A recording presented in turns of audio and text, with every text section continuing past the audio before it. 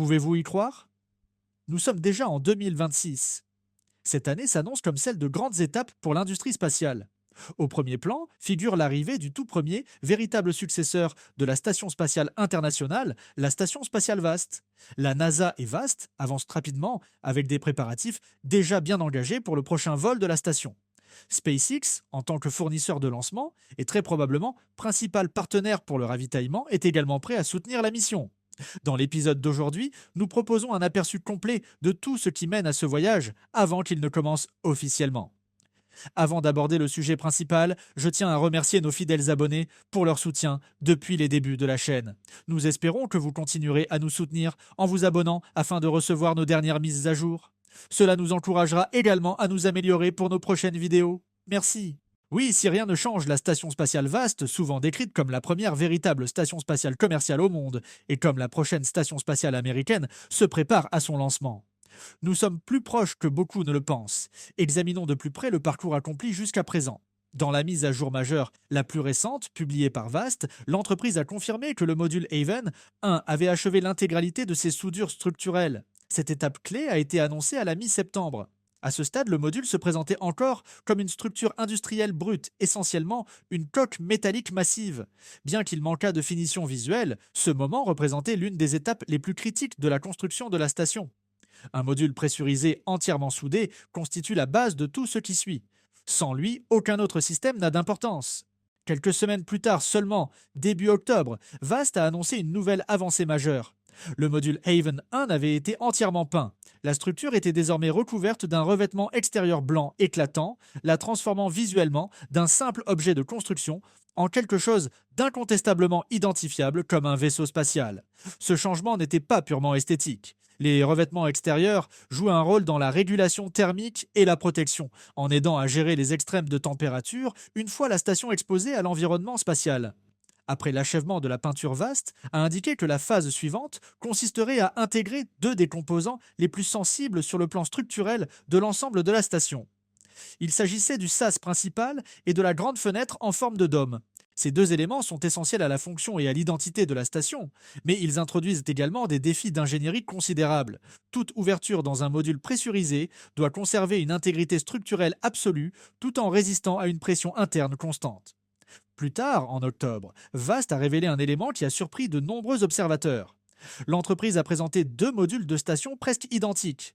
Vast a expliqué que l'un servirait de module de vol principal, tandis que le second serait dédié aux essais. Cette approche témoigne d'une solide discipline d'ingénierie. En conservant une unité de test distincte, Vast peut pousser les systèmes dans leurs limites sans exposer inutilement le matériel de vol à des risques. Cela permet également de mener le développement et les essais en parallèle, contribuant ainsi au respect du calendrier. Au cours de ce même mois, Vast a fourni un aperçu de la large gamme de systèmes déjà en phase de test. Ceux-ci comprenaient des ordinateurs tolérants aux radiations conçus pour une exposition prolongée aux radiations spatiales, des systèmes de production et de distribution d'énergie, des logiciels embarqués des capteurs, des systèmes de contrôle d'attitude du matériel de propulsion des radios des liaisons avec les stations au sol, ainsi qu'une architecture complète de commande et de contrôle. Ensemble, ces systèmes constituent l'épine dorsale opérationnelle de la station. Le dernier jour d'octobre, Vast a confirmé une autre étape critique. Le module Haven avait réussi les essais d'acceptation de pression et de charge avec le sas et la fenêtre en dôme installés. Il s'agit de l'un des tests les plus exigeants que toute structure spatiale habitée doit réussir. Lors de ces essais, le module est pressurisé et soumis à des contraintes mécaniques afin de simuler les forces du lancement et les conditions en orbite. La réussite de ce test confirme que la structure peut soutenir la vie humaine en toute sécurité. Ces essais sont particulièrement importants car le sas et la fenêtre ne sont pas des composants passifs. Ils influencent directement la manière dont la station s'interface avec les véhicules visiteurs et la façon dont les astronautes interagissent avec leur environnement. Toute faiblesse à ce niveau compromettrait à la fois la sécurité et la viabilité de la mission. Après l'achèvement des essais de pression et de charge, Vast a indiqué que la phase suivante comprendrait des inspections finales, des soudures suivies de l'intégration à l'intérieur d'une salle blanche. Cela marque la transition entre la structure et le système. À l'intérieur de la salle blanche, les ingénieurs installent les composants internes qui définissent réellement la station.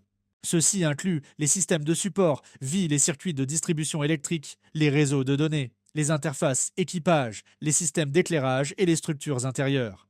Cette phase est naturellement lente et méticuleuse. Une grande partie du travail est réalisée discrètement, sans visibilité publique. Bien qu'elle puisse sembler peu spectaculaire de l'extérieur, c'est à ce stade que la station devient habitable. En avançant jusqu'au début du mois de décembre, Vast a partagé une autre mise à jour importante. L'entreprise a révélé qu'un essai d'ajustement d'un adaptateur d'amarrage avait été réalisé avec Haven un plus tôt en octobre. Cet essai impliquait du matériel d'amarrage passif. Concrètement, Vast a probablement utilisé une interface d'amarrage simulée de vaisseau spatial, potentiellement inspirée de Crew Dragon, afin de vérifier la compatibilité avec le port d'amarrage de la station. L'objectif de cet essai était de démontrer la conformité aux normes internationales des systèmes d'amarrage.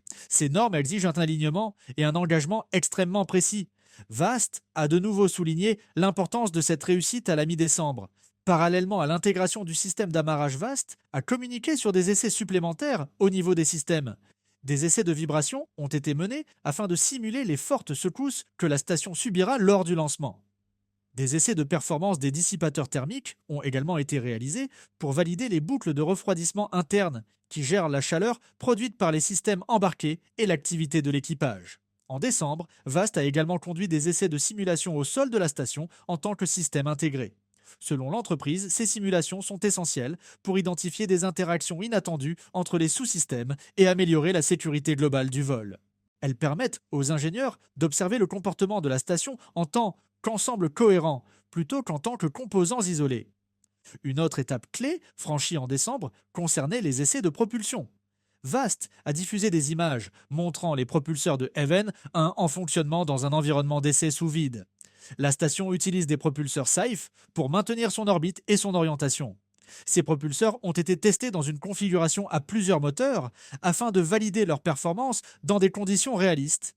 Vast a indiqué que le module de démonstration Haven volerait avec 3 propulseurs, tandis que la station opérationnelle Haven y serait finalement équipée de jusqu'à 48 propulseurs. Ce niveau de redondance garantit un contrôle précis et une grande résilience en cas de défaillance de propulseurs individuels. Pris dans leur ensemble, ces jalons montrent que Vast a largement dépassé le stade de la conception conceptuelle. Il s'agit de matériel de vol réel, progressant à travers une campagne d'essai rigoureuse et méthodique. Selon le calendrier de Vast, l'année 2026 comprendra des essais environnementaux complets de la station intégrée. Ces essais exposeront Haven aux vibrations, aux bruits acoustiques, aux interférences électromagnétiques et aux conditions de vide thermique. Les essais en vide thermique sont particulièrement importants car ils simulent les variations extrêmes de température et le vide de l'espace. Une fois ces essais terminés, Haven sera autorisé à être livré sur le site de lancement. La station y subira des inspections finales, des préparatifs de ravitaillement et son intégration avec son véhicule de lancement. Bien sûr, rien de tout cela ne se fait sans SpaceX. Bien que SpaceX ne soit pas propriétaire de la station Vast, son rôle est central. La fusée Falcon 9 devrait lancer les modules Haven 1 et Haven 2. Starship lancera finalement le module central.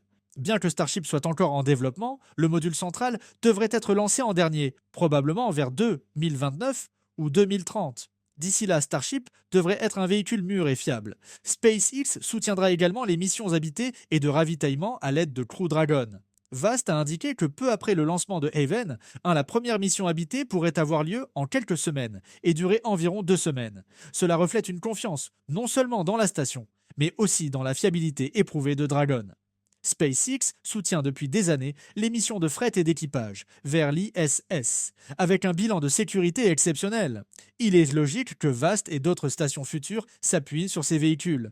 Avec des systèmes de lancement fiables, des communications avancées et une conception centrée sur l'humain, Vast construit plus qu'une station. Elle bâtit les fondations d'une nouvelle ère. La seule question qui demeure est de savoir si nous sommes prêts à y entrer.